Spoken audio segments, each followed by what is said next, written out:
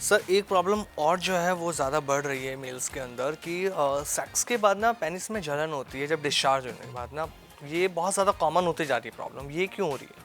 देखो basically common नहीं है। एक्चुअली क्या होता है कि अगर मेरे पास मल्टीपल पार्टनर है तो मेरे को दिक्कत हो सकती है। आज की डेट में एसटीडीज़ काफ़ी, सेक्सुअल ट्रांसमिटेड डिजीज़, तो कोई भी इन्फेक्शन मेरे को जलन दे सकता है। ठीक है। दूसरा, अगर मैं सेम चीज़ बार बार कर रहा हूँ, मान के चलो मैं मास्टरबेशन करके ही इजैकुलेट कर रहा हूँ, तो आज की डेट में ज़रूरी थोड़ी ना कि मेरे हाथ बिल्कुल सेफ़ हो।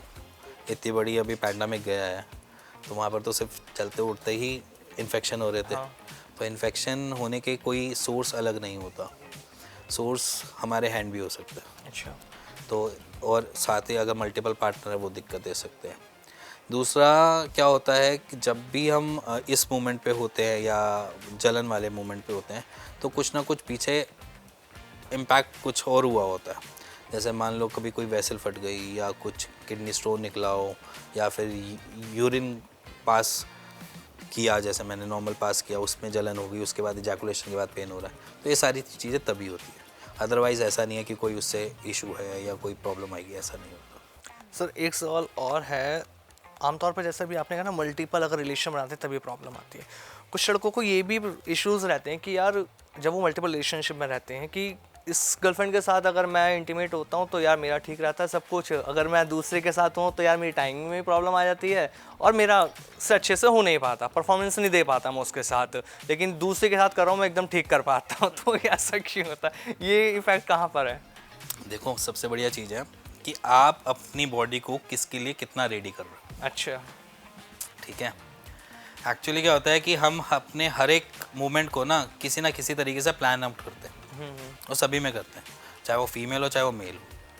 हर कोई उसको ना एक पहले स्टोरी बना ही लेता है छोटी मोटी सी। हाँ हाँ। तो वो स्टोरी अगर फिट बैठ रही होती है तो चलती है, अगर वो फिट नहीं बैठ रही होती तो दिक्कत दे जाती है। एक्चुअली क्या होता है, हम कभी भी कुछ ऐसे इंसिडेंट्स को ना कैलकुलेटिव मोड में नहीं चलते, हम उससे पहले उसको थोड़ा सा प्लान करते हैं। और जब वो प्लानिंग होती है ना, अगर वो प्लानिंग आपकी ख़राब गई है तो वो प्लानिंग आगे वाला जो उसके इम्पैक्ट पड़ेगा वो भी ख़राब पड़ेगा। वो तो कहते हैं मेरा तो यार रिस्पॉन्स नहीं आता उसे देखकर।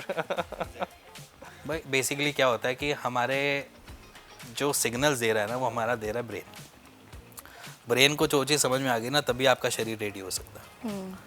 अगर आपके ब्रेन को समझ नहीं आई ना चीज़ें तो वो चीज़ कभी नहीं हो सकती। सर ऐसा क्यों होता है? ये जैसे सिग्नल वाली आपने बात करी है ना कि किसी को देख के तो एकदम से लगता है कि हाँ मुझको अंदर फीलिंग्स आई कि हाँ इसके साथ इंटीमेट होना है, बट किसी को देख के कुछ भी नहीं होता। देखो ये सिग्नल क्यों नहीं आता? ये अब मैं यहाँ पे बताता हूँ। देखो सिग्नल क्यों नहीं आता। अब थोड़ा सा डीप लेके चलते हैं। हाँ बिल्कुल। देखो सिग्नल इंटरेस्ट भी आना चाहिए ये तो। चलो सिग्नल की बात करते हैं। देखो सिग्नल ना आना और आने की ना दो ही कारण होते हैं। ठीक है। अब एक चीज़ है, आपको दो चीज़ें देखो नॉर्मल हैं लड़कों में ना, सबसे बड़ी इशू ये होता है जो लड़की पीछे भाग रही है उसके पीछे नहीं जाते। ट्रू है ये। ठीक है। और वाइस वर्सा है सर ये तो। हाँ वाइस वर्सा कर सकते हो। ठीक है। तो ये बेसिक एक दिक्कत है।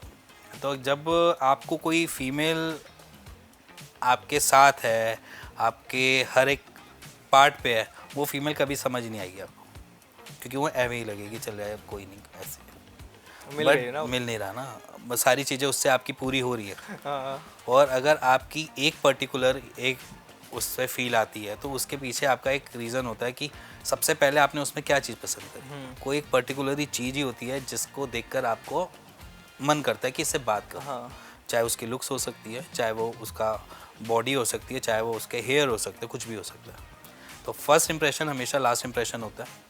तो जब फर्स्ट इंप्रेशन आपका अच्छा गया उसके लिए तो आपकी बॉडी उसके लिए रेडी हो जाती है। जब आपकी आंखों को अच्छा लगेगा, अगर आंखों को नहीं अच्छा लगेगा तो नहीं होगा, तो फिर करंट नहीं आएगा। करंट नहीं आएगा। यानी लड़कियों को भाव खाना चाहिए कुल मिलाकर के। हाँ बिल्कुल खाना चाहिए। किसी के लिए डेडिकेट नहीं होना है। बिल्कुल खाना चाहिए। हमारी वैसे भी सोसाइटी मेल डोमिनेटिंग है, बल्कि भाव खाएं जितना खा सकती हैं। वो तो लड़कों में हमारा करंट और बढ़ अधिकार जाता है है। फिर। भाव खाना हमारा अधिकार है। हाँ भाव खाना अधिकार है पूरा। ओके। तो एक हार्मोनल इम्बैलेंस की बात आती है, महिलाओं में ज़्यादातर ये प्रॉब्लम देखी जाती है, तो क्या मेल्स को भी ये प्रॉब्लम होती है? अगर होती है तो क्या ये उनके इनफर्टिलिटी का कारण बन सकती है? मेल्स में देखो हार्मोन इम्बैलेंस नॉर्मल है। देखो जैसे जेनेटिक डिसऑर्डर्स इसमें भी आते हैं मेल फर्टिलिटीज़ में, जैसे क्लेनफिल्टर सिंड्रोम है, उसमें क्या होता है कि हमारा जैसे हम मेल की क्रोमोसोम बने XY से, अगर मेरा डबल XY लग गया मेरे शरीर के अंदर की क्रोमोसोम में, तो मेरे साथ प्रॉब्लम आ जाएगी जेनेटिक डिसऑर्डर की। अब इसी के साथ क्या होता है कि फर्टिलिटी के अलग अलग दिक्कतें होती है, जैसे हार्मोन्स, उसमें भी हार्मोन्स ही है, मेरा हार्मोन इतने अच्छे से बन नहीं पाएंगे क्लाइनफिल्टर सिंड्रोम में, जिसकी वजह से मेरा बॉडी एक्ट कर पाए। अब जैसे नॉर्मल हमारे उसमें होता है कि नील स्पर्म काउंट के पेशेंट्स आते हैं, तो उनको बेसिकली क्या होता है, हाइपोगोनाडिज्म की प्रॉब्लम होती है, मतलब पिट्यूटरी ग्लैंड सिग्नल नहीं दे पा रहा अपने ग्लैंड्स को सीक्रेट करने के लिए दे पाए या उसको सिग्नल दे पाए। जी। अब वो सिक्रेशन लैक होने की वजह से हमारे हार्मोन्स लैक करेंगे, जिसकी वजह से मेरे FSH और LH लेवल बढ़ेंगे, और जब वो FSH और LH लेवल बढ़ेंगे तो समझ लेना कि मेरी बॉडी इनफर्टाइल बनती जाएगी।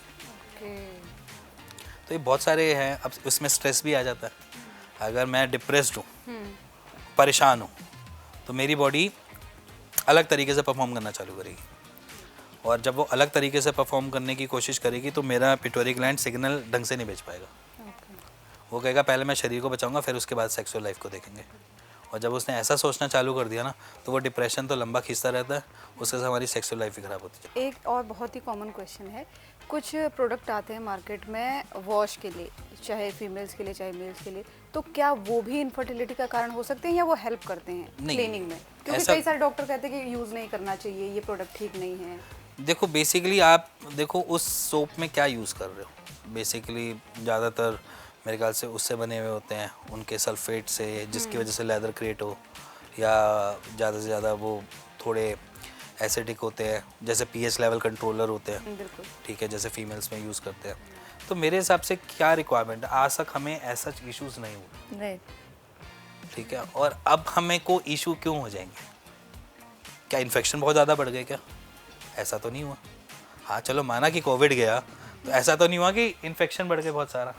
तो एनवायरमेंटल फैक्टर्स हमको बनाकर दिखाया भी जाता, ठीक है। अगर मैं बोलूँ कि आपको मैं लंबे बाल करने का शैम्पू कैसे बेच सकता हूँ, जब कोई गंजा आदमी ठीक होता हुआ दिखाऊंगा तभी, है ना।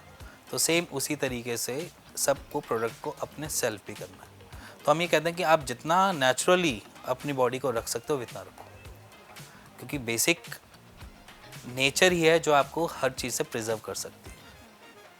अगर मैं आज की डेट में बोलूँ कि आप प्रिजर्वेटिव वाला खाना खा रहे हो, नॉर्मल सी बात है, तो कैंसर की भी शिकायतें ज़्यादा है।